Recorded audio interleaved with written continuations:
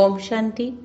ਆ ਸੁਣਦੇ ਹਾਂ 27 ਮਈ 2022 ਦੇ ਬਾਬਾ ਦੇ ਸਾਕਾਰ ਮਹਾਵਾਕ। ਬਾਬਾ ਬੋਲੇ, ਮਿੱਠੇ ਬੱਚੇ, ਵਿਚਾਰ ਸਾਗਰ ਮੰਥਨ ਕਰ। ਭਾਰਤ ਦੀ ਹਿਸਟਰੀ, ਜੋਗਰਾਫੀ ਤੇ ਨਵੀਂ ਦੁਨੀਆ ਦਾ ਸੰਵਤ ਸਿੱਧ ਕਰਕੇ ਦੱਸੋ ਤਾਂ ਕਲਪ ਦੀ ਉਮਰ ਸਿੱਧ ਹੋ ਜਾਵੇਗੀ। ਪ੍ਰਸ਼ਨ ਹੈ, ਤੁਸੀਂ ਬੱਚਿਆਂ ਨੂੰ ਹੁਣ ਕਿਹੜੀ ਧੁਨ ਲੱਗੀ ਹੋਈ ਹੈ ਜੋ ਮਨੁੱਖਾਂ ਤੋਂ ਵੱਖ ਹੈ? ਤੁਸੀਂ ਬੱਚਿਆਂ ਨੂੰ ਕਿਹੜੀ ਧੁਨ ਲੱਗੀ ਹੋਈ ਹੈ ਜੋ ਮਨੁੱਖਾਂ ਤੋਂ ਵੱਖ ਹੈ? ਉੱਤਰ, ਤੁਹਾਨੂੰ ਧੁਨ ਹੈ ਵਿਸ਼ਵ ਦਾ ਬੇੜਾ ਜੋ ਡੁੱਬਿਆ ਹੋਇਆ ਹੈ। ਅਸੀਂ ਉਹਨਾਂ ਨੂੰ ਸੈਲਵੇਜ ਕਰੀਏ, ਬਚਾਈਏ। ਸਭ ਨੂੰ ਸੱਚੀ ਸੱਚੀ ਸਤਨਾਰਾਇਣ ਦੀ ਕਥਾ, ਅਮਰ ਕਥਾ ਸੁਣਾਈਏ, ਜਿਸ ਨਾਲ ਸਭ ਦੀ ਉੱਨਤੀ ਹੋਵੇ।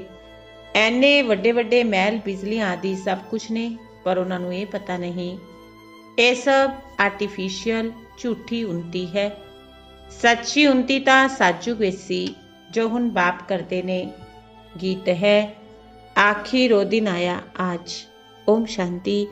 ਗਰੀਬ ਨਿਵਾਜ਼ ਆਇਆ ਤਾਂ ਸਹੀ, ਪਰ ਕੋਈ ਸਹੀ ਤਿਥੀ ਤਾਰੀਖ ਨਹੀਂ ਲਿਖਦੇ। ਕੋਈ ਡੇਟ ਸੰਵਤ ਤਾਂ ਹੋਣਾ ਚਾਹੀਦਾ ਹੈ ਨਾ।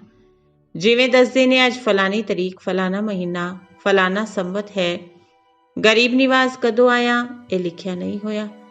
ਜਿਵੇਂ ਲਕਸ਼ਮੀ ਨਾਰਾਇਣ ਸਤਯੁਗ ਆਦਿ ਵਿੱਚ ਸੀ, ਉਹਨਾਂ ਦਾ ਵੀ ਸੰਵਤ ਹੋਣਾ ਚਾਹੀਦਾ ਹੈ। ਇਹਨਾਂ ਦਾ ਫਲਾਨਾ ਸੰਵਤ ਵਿੱਚ ਰਾਜ ਸੀ। ਲਕਸ਼ਮੀ ਨਾਰਾਇਣ ਦਾ ਵੀ ਸੰਵਤ ਹੈ। ਹੋਰ ਵੀ ਸਭ ਆਪਣੇ ਆਪਣੇ ਸੰਵਤ ਨੇ। ਗੁਰੂ ਨਾਨਕ ਦੇਵ ਜੀ ਦਾ ਵੀ ਸੰਵਤ ਲਿਖਿਆ ਹੋਏਗਾ, ਫਲਾਣੇ ਸੰਵਤ ਵਿੱਚ ਜਨਮ ਲਿਆ। ਸੰਵਤ ਬਿਨਾ ਪਤਾ ਨਹੀਂ ਲੱਗਦਾ। ਇਹ ਲਕਸ਼ਮੀ ਨਾਰਾਇਣ ਭਾਰਤ ਵਿੱਚ ਰਾਜ ਕਰਦੇ ਸੀ। ਜ਼ਰੂਰ ਸੰਵਤ ਹੋਣਾ ਚਾਹੀਦਾ ਹੈ। ਇਹਨਾਂ ਦਾ ਸੰਵਤ ਮਾਨਾ ਸਵਰਗ ਦਾ ਸੰਵਤ। ਲਕਸ਼ਮੀ ਨਾਰਾਇਣ ਨੇ ਸਾਜੂ ਵਿੱਚ ਰਾਜ ਕੀਤਾ। ਕਿਸ ਸੰਵਤ ਤੋਂ ਕਿਸ ਸੰਵਤ ਤੱਕ ਕਹੀਏ ਤਾਂ 5000 ਵਰੇ ਹੀ ਕਹਾਂਗੇ। ਗੀਤਾ ਜਯੰਤੀ ਦਾ ਥੋੜਾ ਫਰਕ ਕਹਿਣਾ ਪੈਂਦਾ ਹੈ। ਸ਼ਿਵ ਜਯੰਤੀ, ਗੀਤਾ ਜਯੰਤੀ ਵਿੱਚ ਫਰਕ ਨਹੀਂ। ਕ੍ਰਿਸ਼ਨ ਜਯੰਤੀ ਦਾ ਫਰਕ ਪਵੇਗਾ। ਲਕਸ਼ਮੀ ਨਾਰਾਇਣ ਦਾ ਉਹੀ ਸੰਵਤ ਲਿਖਣਾ ਹੋਵੇਗਾ। ਉਹ ਵੀ ਵਿਚਾਰ ਸਾਗਰ ਮੰਥਨ ਕਰਨਾ ਹੁੰਦਾ ਹੈ। ਪਬਲਿਕ ਨੂੰ ਇਹ ਕਿਵੇਂ ਦੱਸੀਏ? ਲਕਸ਼ਮੀ ਨਾਰਾਇਣ ਦਾ ਕਿਉਂ ਨਹੀਂ ਸੰਵਤ ਵਿਖਾਉਂਦੇ? ਵਿਕਰਮ ਸੰਵਤ ਵਿਖਾਉਂਦੇ ਨੇ। ਬਾਕੀ ਵਿਕਰਮਾ ਜੀਤ ਸੰਵਤ ਕਿੱਥੇ ਹੈ? ਹੁਣ ਤੁਸੀਂ ਬੱਚਿਆਂ ਨੂੰ ਚੰਗੀ ਤਰ੍ਹਾਂ ਪਤਾ ਚੱਲਾ ਭਾਰਤ ਦੀ ਹਿਸਟਰੀ, ਜੋਗਰਾਫੀ, ਨਵੀਂ ਦੁਨੀਆ ਦਾ ਸੰਵਤ ਵੀ ਵਿਖਾਣਾ ਚਾਹੀਦਾ ਹੈ। ਨਵੀਂ ਦੁਨੀਆ ਵਿੱਚ ਰਾਜ ਸੀ ਆਦਿ ਸਨਾਤਨ ਦੇਵੀ ਦੇਵਤਾਵਾਂ ਦਾ। ਉਹਨਾਂ ਦੀ ਸੰਵਤ ਹੀ ਕਹਾਂਗੇ। ਹਿਸਾਬ ਕਰਾਂਗੇ ਉਹਨਾਂ ਨੂੰ 5000 ਵਰੇ ਹੋਏ। ਇਹ ਸਿੱਧ ਕਰ ਦੱਸਣ ਨਾਲ ਕਲਪ ਦੀ ਆਯੂ ਸਿੱਧ ਹੋ ਜਾਵੇਗੀ। ਲੱਖਾਂ ਵਰੇ ਜੋ ਲਿਖਿਆ ਹੈ ਉਹ ਝੂਠਾ ਹੋ ਜਾਵੇਗਾ। ਇਹ ਗੱਲਾਂ ਬਾਪ ਆ ਕੇ ਸਮਝਾਉਂਦੇ ਨੇ ਜੋ ਮਨੁੱਖ ਸ੍ਰਿਸ਼ਟੀ ਦਾ ਬੀਜ ਰੂਪ ਹੈ। ਸ੍ਰਿਸ਼ਟੀ ਦੇ ਆਦਿ ਮੱਧ ਅੰਤ ਨੂੰ ਜਾਣਨ ਵਾਲਾ ਹੈ। ਲਕਸ਼ਮੀ ਨਾਰਾਇਣ ਦੀ ਡਿਨਾਇਸਟੀ ਨੂੰ 5000 ਵਰੇ ਹੋਏ। 3750 ਵਰੇ ਹੋਏ ਰਾਮ ਸੀਤਾ ਨੂੰ। ਫਿਰ ਅੱਗੇ ਉਹਨਾਂ ਦੀ ਡਿਨਾਇਸਟੀ ਚਲਦੀ ਆਈ। ਵਿਕਰਮ ਸੰਵਤ ਸ਼ੁਰੂ ਹੁੰਦਾ ਹੈ। ਵਿਕਰਮ ਰਾਧਾ ਦਾ ਜੋ ਸੰਵਤ ਹੈ ਉਹ ਰਾਈਟ ਨਹੀਂ। ਵਿੱਚੋਂ ਦੀ ਕੁਝ ਸਮੇਂ ਗੁੰਮ ਨੇ। ਹੋਣਾ ਚਾਹੀਦਾ ਹੈ 2500 ਵਰੇ। ਇਸਲਾਮੀ ਬੋਧੀਆਂ ਦਾ ਥੋੜਾ ਸਮੇਂ ਪਿੱਛੇ ਸ਼ੁਰੂ ਹੁੰਦਾ ਹੈ। ਇਹਨਾਂ ਦੇ 2000 ਵਰੇ ਤੋਂ ਆਪਣਾ ਸੰਵਤ ਦਿੱਤਾ ਹੈ। ਤੁਸੀਂ ਜਾਣਦੇ ਹੋ ਅਸੀਂ ਸਾਰੇ ਦੇਵੀ ਦੇਵਤਾ ਸੀ ਜੋ ਚੱਕਰ ਲਗਾ ਕੇ ਹੁਣ ਬ੍ਰਾਹਮਣ ਬਣਦੇ ਹਾਂ। ਇਹ ਹਿਸਟਰੀ, ਜੋਗਰਾਫੀ ਚੰਗੀ ਤਰ੍ਹਾਂ ਸਮਝਾਣੀ ਹੈ। ਬ੍ਰਾਹਮਣ ਤੋਂ ਫਿਰ ਦੇਵਤਾ ਬਣਦੇ ਹਾਂ। ਹਿਸਟਰੀ, ਜੋਗਰਾਫੀ ਸਮਝਦੇ ਹੋ ਤਾਂ ਸੰਵਤ ਵੀ ਸਮਝਣਾ ਪਵੇਗਾ। ਸੀੜੀ ਦੇ ਚਿੱਤਰ ਵਿੱਚ ਸੰਵਤ ਲਿਖਿਆ ਹੋਇਆ ਹੈ। ਭਾਰਤ ਦਾ ਸੰਵਤ ਗੁੰਮ ਹੋ ਗਿਆ। ਜੋ ਪੂਜਯ ਸੀ ਉਹਨਾਂ ਦਾ ਸੰਵਤ ਗੁੰਮ ਕਰ ਦਿੱਤਾ। ਪੁਜਾਰੀਆਂ ਦਾ ਸੰਵਤ ਸ਼ੁਰੂ ਹੋ ਗਿਆ। ਵੇਖੋ, ਅਸ਼ੋਕ ਪਿੱਲਰ ਕਹਿੰਦੇ ਨੇ। ਦੁਆਪਰ ਵਿੱਚ ਅਸ਼ੋਕ ਯਾਨੀ ਸ਼ੋਕ ਰਹਿਤ ਕੋਈ ਹੈ ਨਹੀਂ। ਅਸ਼ੋਕ ਪਿੱਲਰ ਤਾਂ ਅੱਧਾ ਕਲਪ ਸਾਜੂਕ ਤ੍ਰੇਤਾ ਤੱਕ ਚੱਲਦਾ ਹੈ। ਉਹਨਾਂ ਦੀ ਇਹ ਮਹਿਮਾ ਹੈ, ਸ਼ੋਕ ਪਿੱਲਰ ਦੀ ਮਹਿਮਾ ਨਹੀਂ। ਇੱਥੇ ਤਾਂ ਦੁੱਖ ਹੀ ਦੁੱਖ ਹੈ। ਅਸ਼ੋਕਾ ਹੋਟਲ ਨਾ ਰੱਖਿਆ ਪਰੰਤੂ ਹੈ ਨਹੀਂ। ਅੱਧਾ ਕਲਪ ਸ਼ਨ ਭੁਗੁਰ ਸੁਖ ਨੂੰ ਅਸ਼ੋਕ ਕਹਿ ਦਿੰਦੇ। ਇੱਥੇ ਅਸ਼ੋਕ ਕੁਝ ਵੀ ਨਹੀਂ। ਮਾਸ ਮਤੀਰਾ ਗੰਧ ਖਾਂਦੇ ਰਹਿੰਦੇ, ਕੁਝ ਵੀ ਸਮਝਦੇ ਨਹੀਂ। ਅਸੀਂ ਦੁਖੀ ਕਿਵੇਂ ਹੋਏ, ਕਾਰਨ ਕੀ ਨੇ, ਹੁਣ ਤੁਸੀਂ ਸਮਝਦੇ ਹੋ।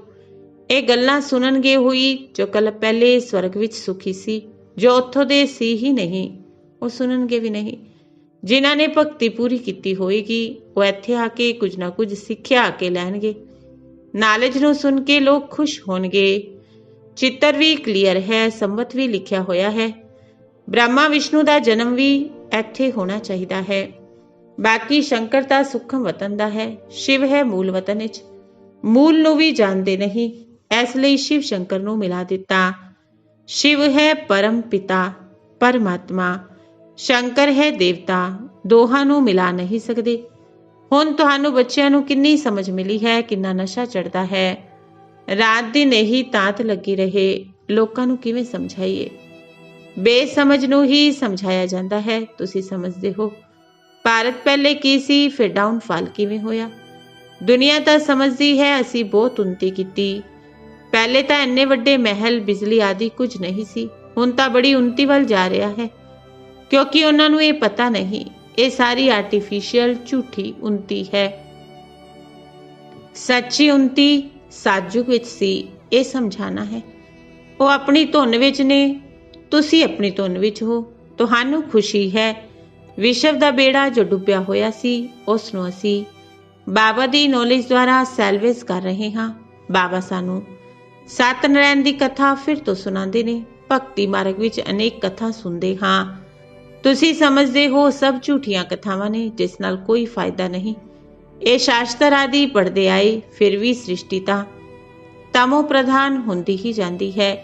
ਸੀੜੀ ਉਤਰਦੇ ਆਏ, ਫਾਇਦਾ ਕੀ ਹੋਇਆ। ਸਿੱਖ ਲੋਕਾਂ ਦਾ ਮੇਲਾ ਲੱਗਦਾ ਹੈ, ਉੱਥੇ ਤਲਾਬ ਵਿੱਚ ਇਸ਼ਨਾਨ ਕਰਦੇ ਨੇ। ਉਹ ਗੰਗਾ ਯਮੁਨਾ ਆਦਿ ਨੂੰ ਨਹੀਂ ਮੰਨਦੇ। ਕੁੰਭ ਦੇ ਮੇਲੇ ਤੇ ਸਿੱਖ ਲੋਕ ਨਹੀਂ ਜਾਂਦੇ, ਉਹ ਆਪਣੇ ਤਲਾਬ ਤੇ ਜਾਂਦੇ ਹੋਣਗੇ। ਉਹਨਾਂ ਦਾ ਖਾਸ ਪ੍ਰੋਗਰਾਮ ਹੁੰਦਾ ਹੈ, ਕਦੇ ਉਸ ਨੂੰ ਸਾਫ਼ ਵੀ ਕਰਨ ਜਾਂਦੇ ਨੇ। ਸਤਯੁਗ ਵਿੱਚ ਇਹ ਗੱਲਾਂ ਨਹੀਂ ਹੁੰਦੀਆਂ। ਸਤਯੁਗ ਵਿੱਚ ਨਦੀਆਂ ਆਦਿ ਬਿਲਕੁਲ ਸਾਫ਼ ਹੋ ਜਾਣਗੀਆਂ। ਉੱਥੇ ਕਦੇ ਗੰਗਾ ਯਮੁਨਾ ਵਿੱਚ ਗੰਦ ਕਿਚੜਾ ਨਹੀਂ ਪੈਂਦਾ। ਉੱਥੋਂ ਦੇ ਗੰਗਾ ਜਲ ਤੇ ਇੱਥੋਂ ਦੇ ਗੰਗਾ ਜਲ ਵਿੱਚ ਵੀ ਰਾਤ ਦਿਨ ਦਾ ਫਰਕ ਹੈ। ਇੱਥੇ ਤਾਂ ਬਹੁਤ ਕਿਚੜਾ ਪਿਆ ਹੋਇਆ ਹੈ, ਉੱਥੇ ਹਰ ਚੀਜ਼ ਫਸਟ ਕਲਾਸ ਹੁੰਦੀ ਹੈ। ਤੁਸੀਂ ਬੱਚਿਆਂ ਨੂੰ ਹੁਣ ਖੁਸ਼ੀ ਹੈ, ਸਾਡੀ ਰਾਜਧਾਨੀ ਅਜਿਹੀ ਹੋਵੇਗੀ। ਅਸੀਂ ਫਿਰ 5000 ਵਰ੍ਹਿਆਂ ਬਾਅਦ ਸ਼੍ਰੀਮਤ ਤੇ ਸਵਰਗ ਦੀ ਸਥਾਪਨਾ ਕਰ ਰਹੇ ਹਾਂ। ਨਾਮ ਹੀ ਹੈ ਸਵਰਗ ਵੈਕੁੰਠ, ਜਿਸ ਵਿੱਚ ਲਕਸ਼ਮੀ ਨਾਰਾਇਣ ਦਾ ਰਾਜ ਸੀ। ਸ਼ਾਂਤੀ ਧਾਮ ਨਿਰਵਾਣ ਧਾਮ ਇੱਕ ਹੀ ਹੈ। ਤੁਸੀਂ ਜਾਣਦੇ ਹੋ ਅਸੀਂ ਸ਼ਾਂਤੀ ਧਾਮ ਵਿੱਚ ਕਿਵੇਂ ਰਹਿੰਦੇ ਸੀ। ਉੱਪਰ ਵਿੱਚ ਨੇ ਸ਼ਿਵ ਬਾਬਾ, ਫਿਰ ਬ੍ਰਹਮਾ ਵਿਸ਼ਨੂੰ ਸ਼ੰਕਰ, ਫਿਰ ਦੇਵਤਾਵਾਂ ਦੀ ਮਾਲਾ, ਫਿਰ ਖੱਤਰੀ ਵੈਸ਼ ਸ਼ੂਦਰ। ਨਿਰਾਕਾਰੀ ਝਾੜ ਤੋਂ ਆਤਮਾਵਾਂ ਨੰਬਰਵਾਰ ਆਉਂਦੀਆਂ ਰਹਿੰਦੀਆਂ ਨੇ। ਜੋ ਸਤਯੁਗ ਵਿੱਚ ਆਉਣ ਵਾਲੇ ਨਹੀਂ, ਉਹ ਪੜ੍ਹਨ ਦੇ ਲਈ ਕਦੇ ਆਉਣਗੇ ਨਹੀਂ। ਹਿੰਦੂ ਧਰਮ ਵੀ ਜਿਵੇਂ ਵੱਖ ਹੋ ਗਿਆ, ਕਿਸੇ ਨੂੰ ਪਤਾ ਨਹੀਂ। ਆਦਿ ਸਨਾਤਨ ਦੇਵੀ ਦੇਵਤਾ ਧਰਮ ਸੀ। ਉਹ ਧਰਮ ਕਿਵੇਂ ਤੇ ਕਦੋਂ ਸਥਾਪਨ ਹੋਇਆ, ਕਿਸੇ ਨੂੰ ਪਤਾ ਨਹੀਂ ਹੈ। ਤੁਹਾਨੂੰ ਇਹ ਨੌਲੇਜ ਦਿੱਤੀ ਗਈ ਹੈ, ਦੂਜਿਆਂ ਨੂੰ ਕਿਵੇਂ ਸਮਝਾਈਏ। ਚਿੱਤਰ ਤਾਂ ਬਹੁਤ ਸਹਿਜ ਨੇ, ਕਿਸੇ ਨੂੰ ਵੀ ਸਮਝਾ ਸਕਦੇ ਹੋ।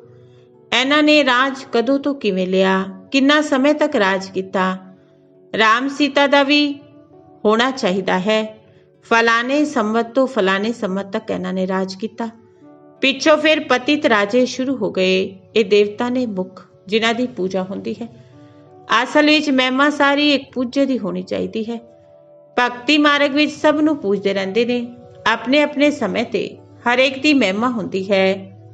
ਮੰਦਰਾਂ ਵਿੱਚ ਜਾ ਕੇ ਪੂਜਾ ਕਰਦੇ ਨੇ, ਪਰ ਉਹਨਾਂ ਨੂੰ ਜਾਣਦੇ ਬਿਲਕੁਲ ਨਹੀਂ। ਹੁਣ ਤੁਸੀਂ ਸਮਝਾਉਂਦੇ ਹੋ, ਸੁਣ ਕੇ ਖੁਸ਼ ਹੋ ਜਾਂਦੇ ਨੇ, ਤਾਂ ਸੈਂਟਰ ਖੋਲਦੇ ਨੇ, ਸਮਝਦੇ ਨੇ। ਇਸ ਨੌਲੇਜ ਨਾਲ ਅਸੀਂ ਸੋ ਦੇਵਤਾ ਬਣਾਂਗੇ। ਬਾਪ ਨੇ ਗਰੀਬਾਂ ਨੂੰ ਆ ਕੇ ਸਾਹੂਕਾਰ ਬਣਾਇਆ। ਬਾਪ ਆ ਕੇ ਬੱਚਿਆਂ ਨੂੰ ਸਮਝਾਉਂਦੇ ਨੇ, ਬੱਚੇ ਫਿਰ ਦੂਜਿਆਂ ਨੂੰ ਸਮਝਾ ਕੇ ਉਹਨਾਂ ਦਾ ਭਾਗਯ ਖੋਲਣ। ਵਰਲਡ ਦੀ ਹਿਸਟਰੀ ਜੀਓਗ੍ਰਾਫੀ ਹੁਣ ਤੁਸੀਂ ਬਾਪ ਦੁਆਰਾ ਸੁਣਦੇ ਹੋ। ਉਹ ਸਮਝਣ ਨਾਲ ਤੁਸੀਂ ਸਭ ਕੁਝ ਜਾਣ ਜਾਂਦੇ ਹੋ। ਵਰਲਡ ਦੀ ਹਿਸਟਰੀ ਜੀਓਗ੍ਰਾਫੀ ਜ਼ਰੂਰ ਵਰਲਡ ਦਾ ਰਚਤਾ ਬੀਜ ਰੂਪ ਹੀ ਸੁਣਾਣਗੇ। ਉਹੀ ਨੌਲੇਜਫੁਲ ਨੇ, ਉਹ ਨਿਰਾਕਾਰ ਸ਼ਿਵ। ਦੇਹਧਾਰੀਆਂ ਨੂੰ ਭਗਵਾਨ ਰਚਤਾ ਕਹਿ ਨਹੀਂ ਸਕਦੇ। ਨਿਰਾਕਾਰ ਹੀ ਸਾਰੀ ਆਤਮਾਵਾਂ ਦਾ ਪਿਤਾ ਹੈ। ਉਹ ਬੈਠ ਆਤਮਾਵਾਂ ਨੂੰ ਸਮਝਾਉਂਦੇ ਨੇ, ਮੈਂ ਪਰਮਧਾਮ ਵਿੱਚ ਰਹਿਣ ਵਾਲਾ ਹਾਂ। ਹੁਣ ਮੈਂ ਸਰੀਰ ਵਿੱਚ ਆਇਆ ਹਾਂ, ਮੈਂ ਵੀ ਆਤਮਾ ਹਾਂ, ਪਰ ਮੈਂ ਬੀਜ ਰੂਪ ਨੌਲੇਜਫੁਲ ਹੋਣ ਦੇ ਕਾਰਨ ਤੁਸੀਂ ਬੱਚਿਆਂ ਨੂੰ ਸਮਝਾਉਂਦਾ ਹਾਂ। ਇਸ ਵਿੱਚ ਆਸ਼ੀਰਵਾਦ ਕਿਰਪਾ ਆਦਿ ਦੀ ਕੋਈ ਗੱਲ ਨਹੀਂ। ਨਾ ਅਲਪਕਾਲ ਸੁੱਖ ਦੀ ਗੱਲ ਹੈ। ਅਲਪਕਾਲ ਦਾ ਸੁੱਖ ਤਾਂ ਲੋਕ ਦੇ ਦਿੰਦੇ ਨੇ। ਇੱਕ ਨੂੰ ਕੁਝ ਫਾਇਦਾ ਹੋ ਗਿਆ, ਬਸ ਨਾਮ ਚੜ ਜਾਂਦਾ ਹੈ। ਤੁਹਾਡੀ ਤਾਂ ਪ੍ਰਾਪਤੀ 21 ਜਨਮਾਂ ਦੇ ਲਈ ਹੋ ਰਹੀ ਹੈ।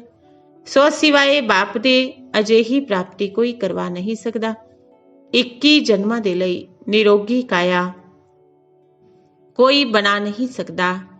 ਭਗਤੀ ਮਾਰਗ ਵਿੱਚ ਮਨੁੱਖਾਂ ਨੂੰ ਥੋੜਾ ਜਿਹਾ ਸੁੱਖ ਮਿਲਦਾ ਹੈ, ਖੁਸ਼ ਹੋ ਜਾਂਦੇ ਨੇ। ਇੱਥੇ ਤਾਂ 21 ਜਨਮਾਂ ਦੇ ਲਈ ਪ੍ਰਲਬਧ ਪਾਉਂਦੇ ਹੋ, ਤਾਂ ਵੀ ਬਹੁਤ ਨੇ ਜੋ ਪੁਰਸ਼ਾਰਥ ਨਹੀਂ ਕਰਦੇ।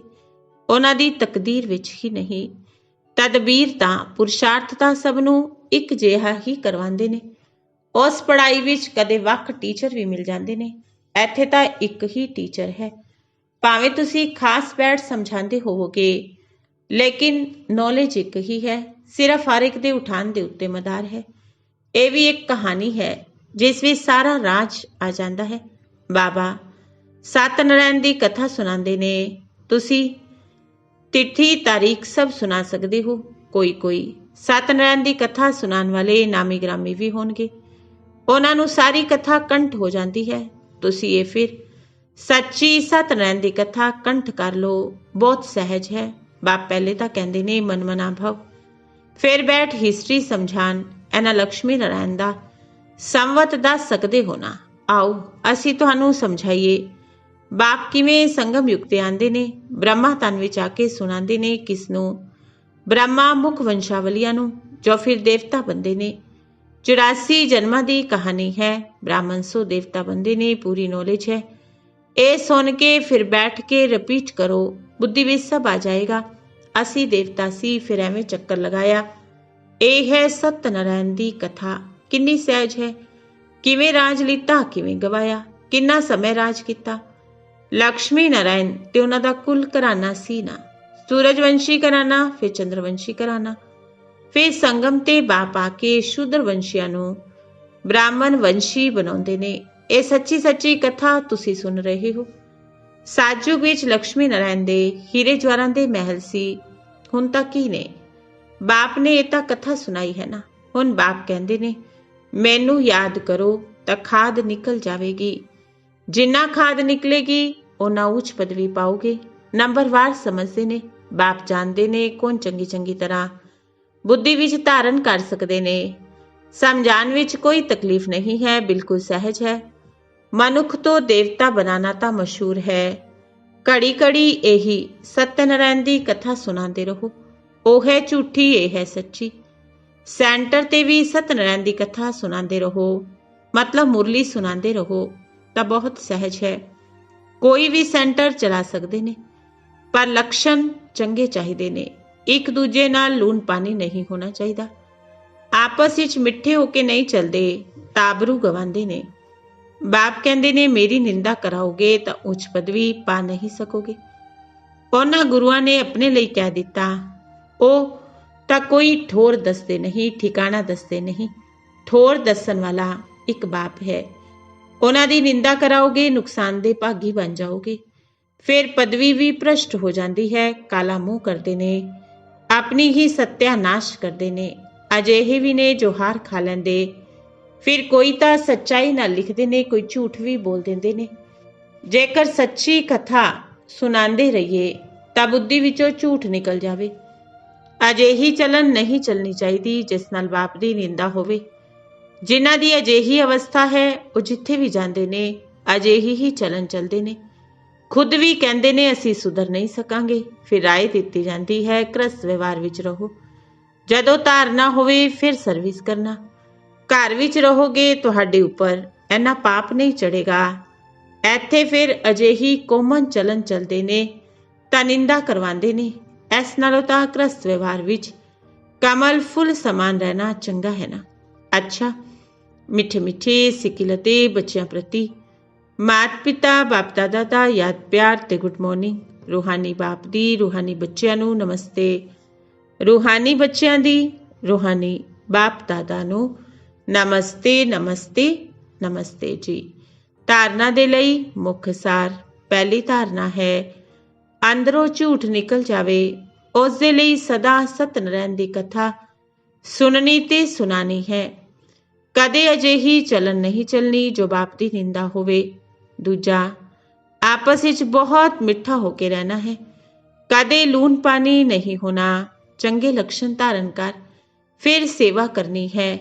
ਵਰਦਾਨ ਹੈ, ਬ੍ਰਾਹਮਣ ਜੀਵਨ ਵਿੱਚ ਵਧਾਈਆਂ ਦੀ ਪਾਲਣਾ ਦੁਆਰਾ ਸਦਾ ਵ੍ਰਿੱਧੀ ਨੂੰ ਪ੍ਰਾਪਤ ਕਰਨ ਵਾਲੇ ਪਦਮਾ ਪਦਮ ਭਾਗਯਵਾਨ ਭਵ। ਬ੍ਰਾਹਮਣ ਜੀਵਨ ਵਿੱਚ ਵਧਾਈਆਂ ਦੀ ਪਾਲਣਾ ਦੁਆਰਾ ਸਦਾ ਵ੍ਰਿੱਧੀ ਨੂੰ ਪ੍ਰਾਪਤ ਕਰਨ ਵਾਲੇ ਪਦਮਾ ਪਦਮ ਭਾਗਯਵਾਨ ਭਵ। ਸੰਗਮ ਯੁਗ ਤੇ ਵਿਸ਼ੇਸ਼ ਖੁਸ਼ੀਆਂ ਭਰੀ ਵਧਾਈਆਂ ਨਾਲ ਸਰਵ ਬ੍ਰਾਹਮਣ ਵ੍ਰਿੱਧੀ ਨੂੰ ਪ੍ਰਾਪਤ ਕਰ ਰਹੇ ਨੇ। ਬ੍ਰਾਹਮਣ ਜੀਵਨ ਦੀ ਪਾਲਣਾ ਦਾ ਆਧਾਰ ਵਧਾਈਆਂ ਨੇ। ਬਾਪ ਦੇ ਸਰੂਪ ਵਿੱਚ ਹਰ ਵਕਤ ਵਧਾਈਆਂ ਨੇ। ਸਿੱਖਿਅਕ ਦੇ ਰੂਪ ਵਿੱਚ ਹਰ ਵਕਤ ਸ਼ਾਬਾਸ਼ ਸ਼ਾਬਾਸ਼ ਦਾ ਬੋਲ ਪਾਸਵਿਦ ਓਨਰ ਬਣਾ ਰਿਹਾ ਹੈ। ਸਤਿਗੁਰੂ ਦੇ ਰੂਪ ਵਿੱਚ ਹਰ ਸ੍ਰੇਸ਼ਟ ਕਰਮ ਦੀਆਂ ਦੁਆਵਾਂ ਸਹਿਜ ਤੇ ਮੋਜ ਵਾਲੀ ਜੀਵਨ ਅਨੁਭਵ ਕਰਵਾ ਰਹੀਆਂ ਨੇ। ਇਸ ਲਈ ਪਦਮਾ ਪਦਮ ਭਾਗਯਵਾਨ ਹੋ ਜੋ ਭਾਗਯ ਵਿਦਾਤਾ ਭਗਵਾਨ ਦੇ ਬੱਚੇ ਸੰਪੂਰਨ ਭਾਗਯ ਦੇ ਅਧਿਕਾਰੀ ਬਣ ਗਏ। ਸਲੋਗਨ ਹੈ, ਸੱਚੀ ਸੇਵਾ ਦੁਆਰਾ ਸਰਵ ਦੀ ਆਸ਼ੀਰਵਾਦ ਪ੍ਰਾਪਤ ਕਰਨ ਵਾਲੇ ਹੀ ਤਕਦੀਰਵਾਨ ਨੇ। ਸੱਚੀ ਸੇਵਾ ਦੁਆਰਾ ਸਰਵ ਦੀ ਆਸ਼ੀਰਵਾਦ ਪ੍ਰਾਪਤ ਕਰਨ ਵਾਲੇ ਹੀ ਤਕਦੀਰਵਾਨ ਨੇ। ਅੱਛਾ, ਓਮ ਸ਼ਾਂਤੀ।